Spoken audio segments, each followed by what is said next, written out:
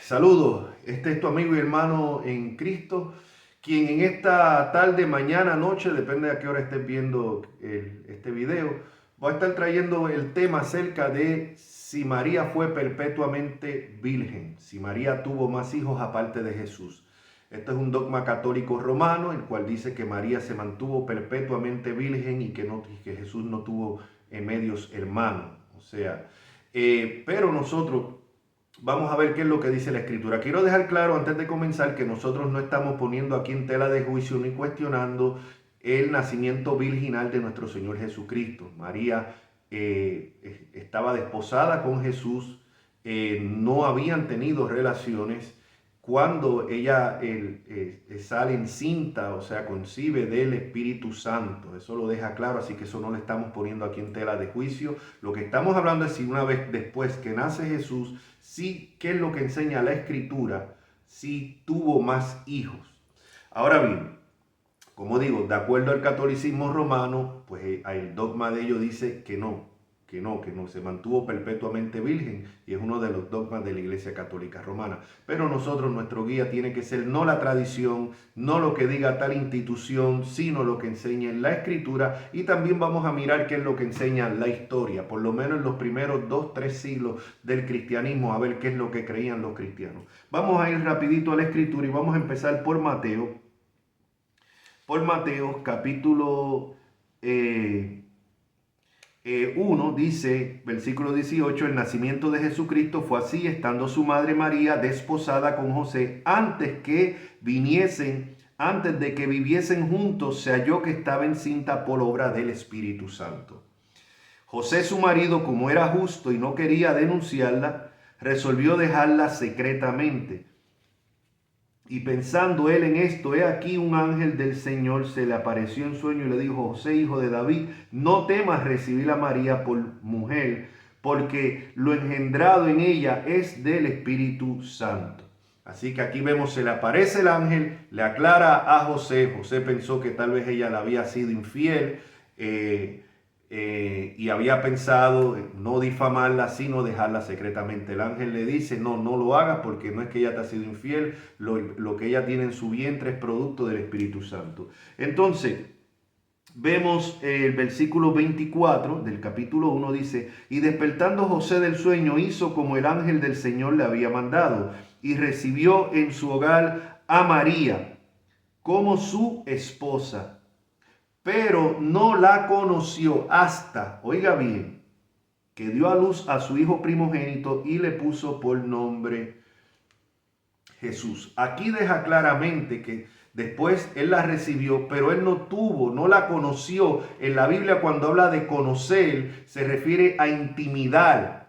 Por ejemplo, o sea, tener relaciones íntimas sexuales. Por ejemplo, vemos que habla de que Adán conoció a su mujer. No era que no sabía quién era ella, señores, es tu mujer. Se refiere a que tienes relaciones después de la muerte de Abel por manos de Caín. La Biblia en Génesis habla de que entonces viene Adán y vuelve y conoce a su mujer, y entonces sale encinta de su próximo hijo, ¿no?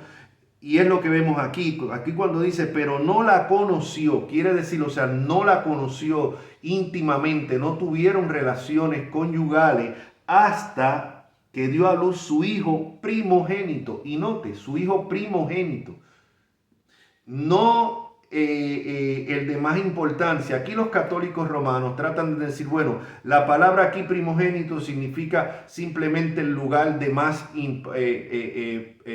importancia, ¿no? Un lugar de importancia, como decir el más destacado, ¿no? Pero no, aquí lo que está diciendo claramente en el contexto, siempre tenemos que mirar los pasajes en su contexto. Está hablando aquí, no conoció a su mujer, o sea, no tuvo relaciones conyugales con su esposa hasta que dio a luz a su hijo primogénito. Si es el primogénito, significa que viene más después, a quien le puso por nombre Jesús. Cuando vamos también más adelante, cuando Jesús regresa a Nazaret y la gente ve los milagros y cómo él habla, vemos que ellos dicen en el capítulo 13, versículo 35, ¿No es este el hijo del carpintero? ¿No se llaman su madre María y sus hermanos Jacobo, José, Simón y Judas? ¿Y sus hermanas no viven todas entre nosotros? ¿De dónde pues le viene todo esto? Y se escandalizaban de él. Aquí vemos claramente que aquí ya menciona, Jesús fue el primogénito, José conoció a su mujer, tuvo relaciones conyugales con su mujer, lo cual era lo normal. La Biblia no condena tener relaciones dentro del matrimonio. En el libro de Hebreos dice, honroso sea en todos el matrimonio y el lecho sin mancilla, pero a los fornicarios y a los adúlteros los juzgará Dios. Así que dentro del matrimonio, los deberes conyugales no es algo que hace a la persona menos santa, o es algo de que le quita virtud a la persona por cumplir sus deberes conyugales. De hecho, en 1 Corintios capítulo 7, Pablo, dando instrucciones dentro del matrimonio, dice, no os neguéis el uno al otro, a no ser por un mutuo consentimiento por un cierto tiempo para dedicarse a la oración, y después de eso volveos a juntar, no sea que os tiente Satanás a causa de vuestra incontinencia. Así que es un mandato bíblico dentro del matrimonio tener las relaciones conyugales y no negarse. Entonces, hubiese sido una contradicción que María con su esposo, después que da luz a nuestro Señor Jesucristo, se negara por mantenerse perpetuamente virgen. O sea, como si al revés hubiese estado en desobediencia y hubiese estado exponiendo, como dice Pablo, al pobre José a ser tentado por Satanás por la incontinencia de su esposa. Así que vemos que dentro del matrimonio es algo bendito y es un mandato. Así que no hay por qué pensar. Es impensable entre los judíos. O sea que más bien era una honra que la mujer tuviera muchos hijos y era un oprobio cuando la mujer no tenía hijos, que María decidiera no tener nunca cumplir sus deberes conyugales. O sea, eso sí hubiese sido un escándalo, el que ella hubiese hecho eso. Así que era lo normal que ella tuviera relaciones conyugales con su marido y obviamente producto de eso vinieron los medio hermanos de Jesús que se mencionan aquí. No se llaman su madre y vemos que en el contexto, aquí los católicos romanos dicen, bueno, es que la palabra que se usa ahí puede significar pariente cercano y primo. Y sí, es cierto, aquí yo tengo, por aquí tengo el diccionario expositivo del Nuevo Testamento, Vine, y dice que la palabra que ahí se usa es adelfo. Y sí, esa palabra se puede utilizar hermano o pariente cercano. Así que en el contexto es que deja claro a qué se refiere. En el contexto que estamos hablando, esa misma palabra es la que se utiliza, esa misma palabra adelfo que estamos leyendo aquí en este pasaje de Mateo, también se utiliza en Mateo capítulo 1, cuando habla en el versículo 2, Abraham engendró a Isaac, Isaac a Jacob, y Jacob a Judá y a sus hermanos, o sea, los de las 12 tribus de Israel, que eran hermanos de sangre de Judá. Así que vemos claramente la misma palabra que se utiliza en estos pasajes para referirse a hermanos. El contexto determina que se está refiriendo a hermanos de sangre, porque como vimos aquí, claramente dice, no se llama no es este el hijo del carpintero, está hablando de la familia inmediata. Ellos creían que él era hijo de José, el hijo del carpintero, su madre María y sus hermanos, Judas, Jacobo y sus hermanas, tales y tales. Están hablando del núcleo familiar, de la casa. Así que es claramente, cualquiera que lea esto, que no venga con ideas preconcebidas del catolicismo y de que María fue perpetuamente virgen, al leer esto entiende claramente que está hablando de lo que se entendía que era el padre, la madre y hablando de los hermanos y hermanas. También si vamos a Lucas, el Evangelio según San Lucas, capítulo 8, versículo 19. Entonces su madre y sus hermanos, aquí vemos nuevamente, su madre y sus hermanos vinieron a él, o sea Jesús, pero no podían llegar hasta él por causa de la multitud. Y se le avisó diciendo, tu madre y tus hermanos están afuera y quieren verte. Él entonces respondió, le dijo, mi madre y mis hermanos son los que oyen la palabra de Dios y la hacen. O sea, no tienen ninguna. María no tiene una posición especial en el cielo. María no es intercesora de nadie. O sea, y esto no se trata como dicen, los protestantes odian a María. No, amamos a María. Amamos a María, María fue una hermana en Cristo y fue un instrumento de Dios. Tuvo el privilegio que no tuvo ninguna mujer en toda la historia de la humanidad. Pero eso no la hace reina del cielo, eso no la hace mediador entre Dios y los hombres, porque la Biblia dice que hay un solo Dios y un solo mediador entre Dios y los hombres, y es Jesucristo hombre. Todas estas creencias vienen más de años después, a medida que los judíos, la iglesia judía, en miembros va descendiendo de judíos y cada vez se llena más de gentiles que traen ideas paganas y las mezclan con el cristianismo. Y ahí es que vienen estas ideas siglos después de que ven el sexo como una cosa sucia, una cosa carnal. Entonces, si la persona se decidía no tener sexo dentro del matrimonio, pues era más santa. Algunos llegaban al extremo de no bañarse, otros empiezan a adorar a los donde mataban un mártir, a creer que el sitio era sagrado, a guardar los huesos de los mártires, a empezar a estarles orando, rezando a los muertos, a los mártires que habían partido. Pero todo esto es desconocido en el primer siglo de la iglesia. Todo esto viene ya después del segundo y tercer siglo, es que empiezan a entrar estas ideas y se empiezan a quedar. Y claro, todo esto explota después del cuarto siglo. Pero todas estas ideas estaban empezando ya poco a poco. Y Pablo advierte sobre esto. Cuando vamos nosotros a Primera de Timoteo, capítulo 4, Pablo advierte, pero el Espíritu dice claramente que en los postreros tiempos algunos apostatarán de la fe, escuchando a espíritus engañadores y a doctrinas de demonios. Oiga bien, por la hipocresía de mentirosos que teniendo cauterizada la conciencia, prohibirán casarse. ¿Qué religión, qué denominación prohíbe casarse? ¿Bíblico? No. Doctrinas de demonios. ¿Por qué? Porque empiezan a ver el sexo como que para una consagración más a Dios hay que abstenerse del sexo. De ahí viene la creencia entonces de que María fue perpetuamente virgen. Pero como vimos, esto no lo enseña la Escritura. La Escritura habla de los hermanos de Jesús. A la Biblia habla que José conoció después a su esposa en el sentido íntimo de la palabra, de tener relaciones conyugales, y habla de que Jesús fue su primogénito porque tuvieron más. Y por eso vemos que habla de los hermanos y hermanas de Jesús.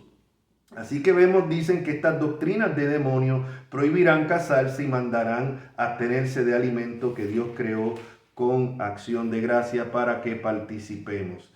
En Hechos capítulo 20,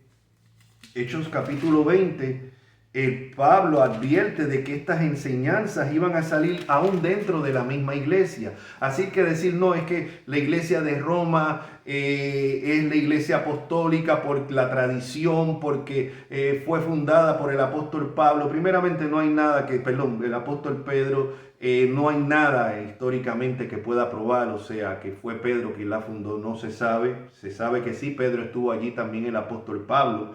De hecho, ellos fueron los que, según la historia, fueron los que pusieron al primer obispo, que el cual no fue Pedro, fue Lino, el primer obispo de Roma. El segundo fue Clemente de Roma.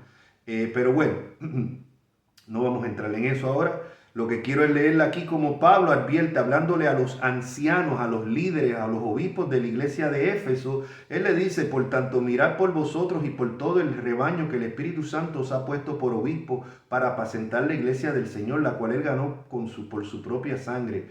Porque yo sé que después de mi partida entrarán en medio de vosotros lobos rapaces que no perdonarán al rebaño, y de vosotros mismos, de ustedes mismos, los líderes de esta iglesia, se van a levantar hombres que hablen cosas perversas para arrastrar tras sí a los discípulos. Así que decir, bueno, no, es que la iglesia de Roma la podemos trazar y desde el primer siglo y por eso todo lo que enseña tenemos que aceptarlo. No, la Biblia... Una iglesia puede ser fundada en la verdad y ser una iglesia cristiana al principio y después apartarse, lo mismo que los líderes.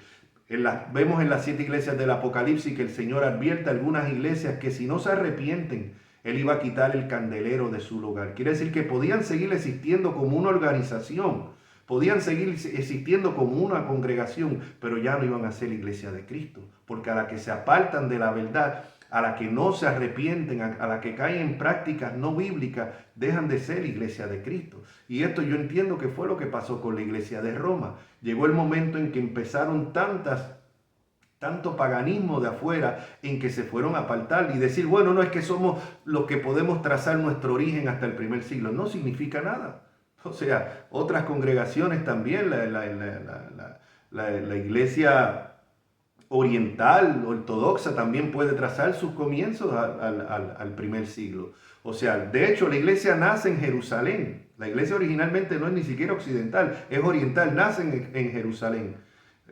Así que si vamos a hablar históricamente y bíblicamente, la iglesia no nace en Roma, nace en Jerusalén. Pero volviendo al tema, así que vemos que a la medida que estas falsas enseñanzas y doctrinas de demonios que empiezan a ver como que el sexo ya es algo muy carnal, aún dentro del matrimonio, entonces que surge esto, de que entonces María se mantuvo perpetuamente virgen, que para ser verdaderamente virtuosa se tuvo que mantener sin tener sus relaciones conyugales.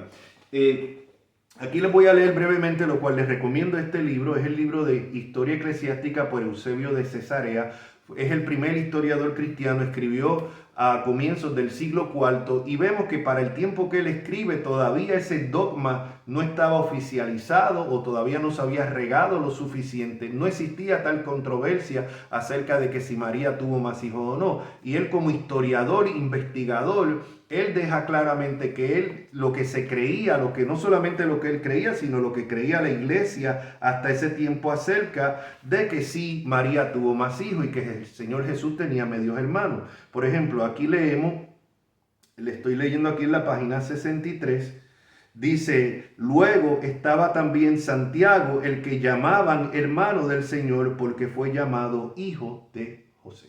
Oiga bien, aquí ya vemos, ya esto escrito a comienzos del cuarto siglo, vemos como el historiador aquí habla de Santiago, llamaban hermano del Señor porque fue llamado hijo de José. O sea, ahí lo vemos claramente. Vamos más adelante, quiero leerle brevemente aquí algunas citas donde vemos que habla de esto. Aquí les voy a estar leyendo aquí en la página 84 acerca del martirio de Jacobo, el llamado hermano del Señor. Así mismo él lo titula, Jacobo, el llamado hermano del Señor. Dice, los judíos cuando vieron perdida la esperanza de los ánimos, que los animó a tramar un complot contra Pablo, pues este al apelar a César fue enviado por Festo a Roma, se dirigieron contra Jacobo, Santiago, el hermano del Señor, a quien los apóstoles entregaron el trono del episcopado de Jerusalén.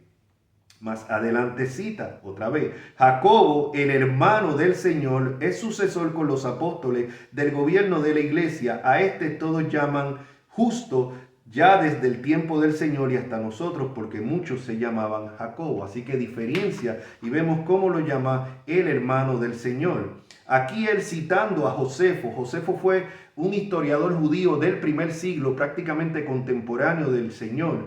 Dice, naturalmente Josefo no se abstuvo de dar testimonio escrito de estos hechos con las siguientes palabras. Esto vino sobre los judíos como venganza de Jacobo el justo, quien era hermano de Jesús llamado el Cristo. Así que vemos claramente lo que creían en los primeros 3 siglos. No había duda de que María había tenido más hijos. Sigo leyendo, déjenme leerle un poquito más. Dice, tras el martirio de Jacobo y la inmediata toma de Jerusalén, cuenta la tradición que viniendo de diversos sitios se reunieron en un mismo lugar los apóstoles y los discípulos del Señor que todavía se hallaban con vida, y junto con ellos también los que eran de la familia del Señor según la carne. Y aquí hablan cómo ponen a dicen como ponen aquí a... Todos ellos deliberaron acerca de quién debía ser juzgado digno de la sucesión de Jacobo. Y por unanimidad todos pensaron que Simeón, el hijo de Clopas, a quien también menciona el texto del Evangelio, merecía el trono de aquella región por el ser, según se dice, primo del Salvador. Porque Gesipo cuenta que Cleopas era hermano de José. Así que aquí distingue claramente la familia del Señor, el primo del Señor, que fue el sucesor de Jacobo, el medio hermano del Señor. Así que vemos claramente, o sea, más adelante, hablando de los tiempos de Domiciano, dice: Domiciano ordenó aniquilar a los de la familia de David, y según una antigua tradición, ciertos herejes acusaban a los descendientes de Judas, no Judas el Iscariote, el cual era hermano según la carne del Salvador, por ser familia de David. Vemos aquí claramente, dejando claramente, esto no es cuestión de protestante. A ver si iba a ser protestante Eusebio en el siglo cuarto, a principios del siglo cuarto. Más adelante dice: todavía se hallaban con vida de la familia del Señor los nietos de Judas, llamado su hermano según la carne. Les recomiendo, es un libro de historia. Tenemos que estudiar a veces historia para saber cómo y cuándo surgen o qué creía la iglesia en los primeros siglos. Así que vemos, mis hermanos, de acuerdo a la base bíblica, María sí tuvo más hijos. Sí tuvo sus relaciones conyugales. Esto no le quita virtud de ninguna manera. Esto es un dogma ya cuando empiezan a entrar estas doctrinas de demonio a la iglesia, que empiezan a ver el sexo como una cosa de impureza aún dentro del matrimonio, que surge esta cuestión de que María se tuvo que mantener perpetuamente virgen. No hay base bíblica, no hay base histórica. Ya los llamados padres de la iglesia que empiezan a afirmar esto, lo empiezan a afirmar después del siglo IV. Anterior al siglo IV no vemos a nadie enseñando eso. Así que estamos hablando ya de más de 200, 300 años después, cuando empieza a entrar más el paganismo y empiezan a salir estas creencias. Así que yo verdaderamente espero que esto te haya traído aclarado dudas. Si tenías alguna confusión, puedes escribirme, dejarme ahí cualquier que sea tu pregunta ahí abajo en los comentarios. Puedes compartir este video a alguien que tenga dudas sobre esto, o puedes compartirlo tú mismo. El fin de este video no es controversia. Tengo amigos católicos romanos a los cuales aprecio mucho, pero como siempre he dicho, se los he dicho a ellos y los sigo diciendo en general, mi fidelidad es a Jesucristo, no es a los protestantes, no es a los bautistas, es a Cristo y su palabra. Y de acuerdo a Cristo y su palabra, María sí tuvo más hijos, no cometió pecado, no se hizo menos virtuosa. Es lo que enseña la palabra y es lo que vemos que enseña la misma historia eclesiástica en los primeros siglos. Así que espero que esto haya sido de bendición. La paz de Cristo sea con todos ustedes y será hasta el próximo video. Dios me los bendiga.